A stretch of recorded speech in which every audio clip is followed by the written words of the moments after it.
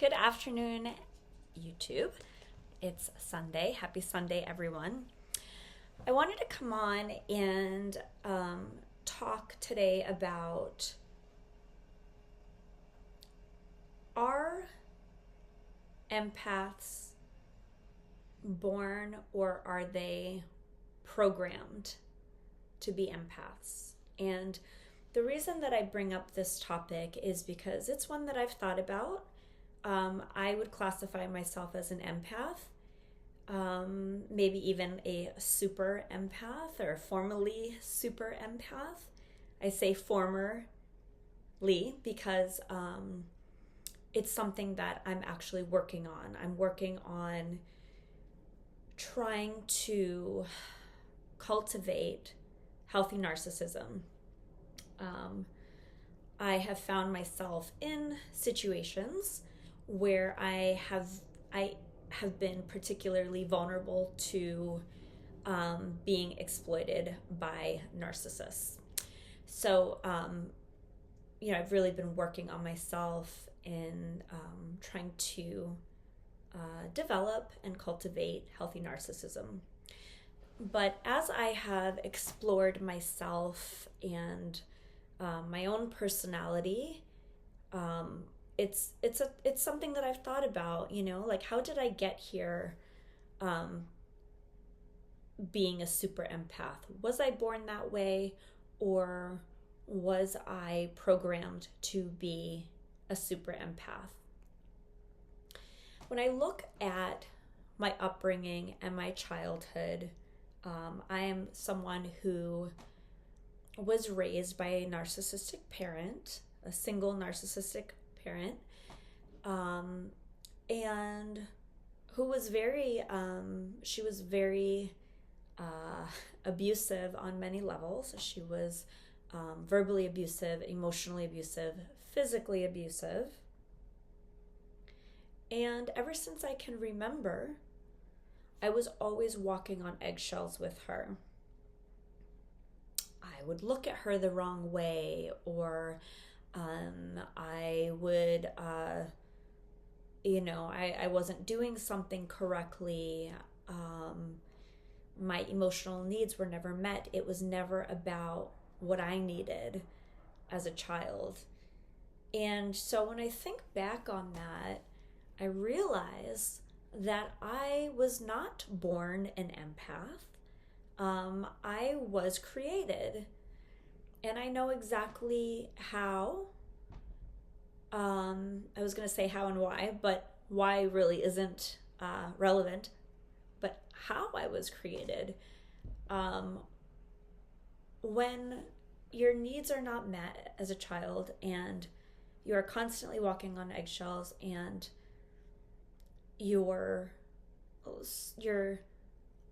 led to believe that you are less than through the verbal abuse, then it's really not surprising that that would create an empath.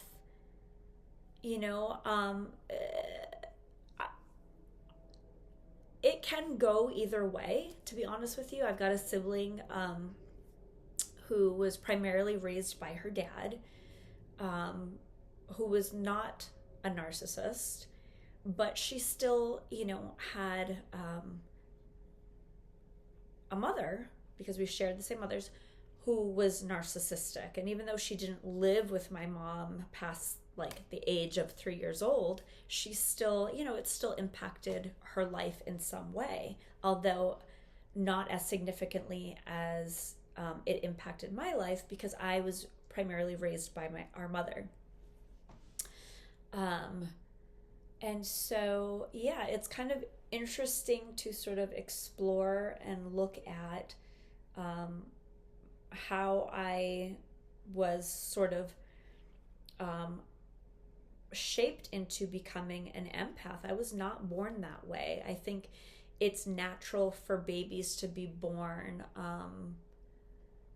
Babies are not born as empaths. They're not. They are, actually, babies are quite selfish because they kind of need to be to ensure their survival. Like a baby's gonna cry if they need milk. A baby's gonna, they might, because they're still developing they haven't developed their like skill set yet, right? Or their, things like patience and understanding. Like babies don't know stuff like that. They're just, all they know is what they need, right, to survive.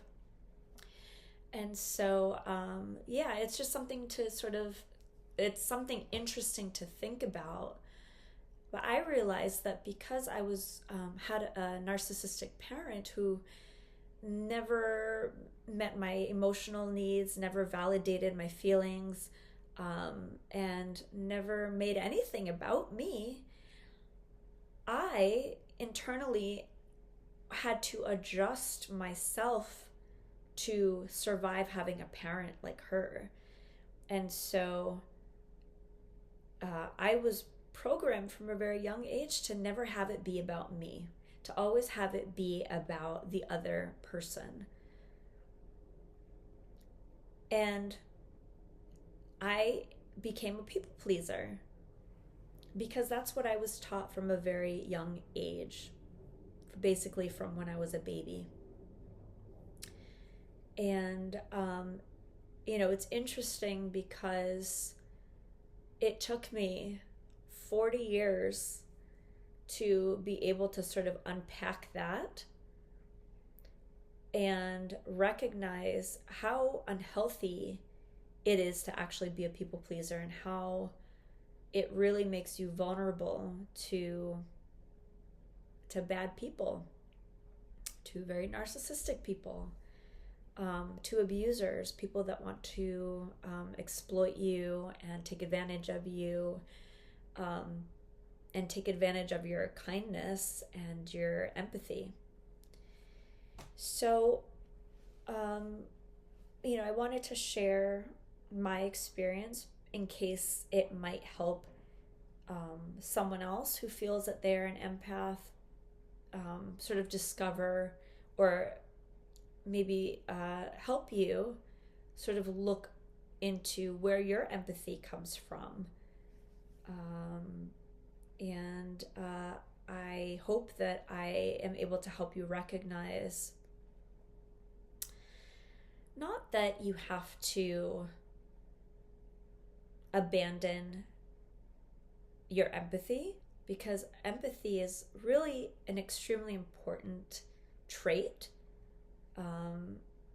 But what's important to recognize is that not everyone deserves your empathy.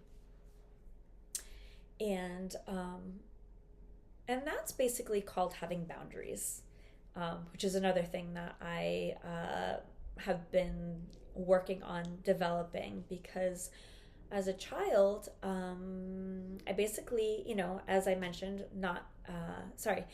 having a narcissistic parent, I was basically programmed to not have boundaries either. And when you don't have boundaries, you really make yourself vulnerable to people who want to hurt you. And you deserve to be loved, and you deserved to not be abused. And so you really have to focus on self-love, having boundaries, and recognizing that not everyone deserves your empathy. And it's taken me a long time to sort of come to that conclusion and to really be able to unpack that about myself and understand where my empathy really comes from. I really just, my empathy was so deeply ingrained in me and programmed from such a young age that I just thought that that's who I was, that's just who I was born as.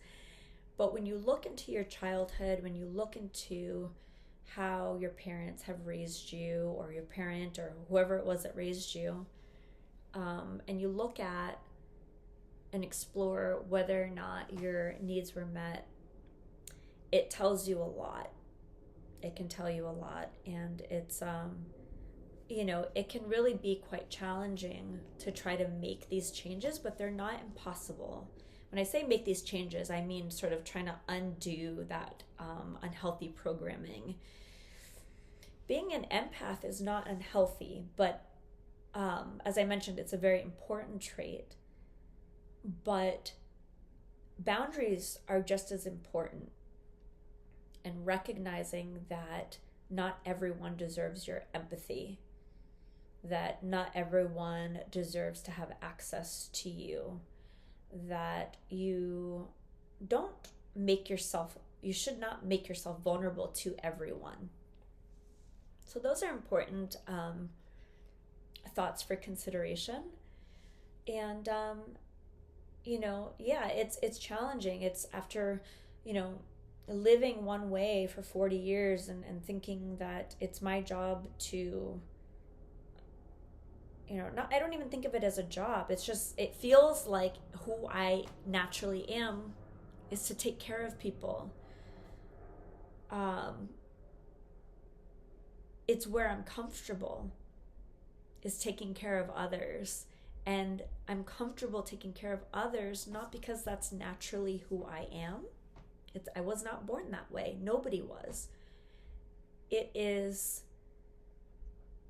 how I was programmed. And so I think that in order to really be able to work on yourself and create a healthy, emotionally healthy well-being, you really need to explore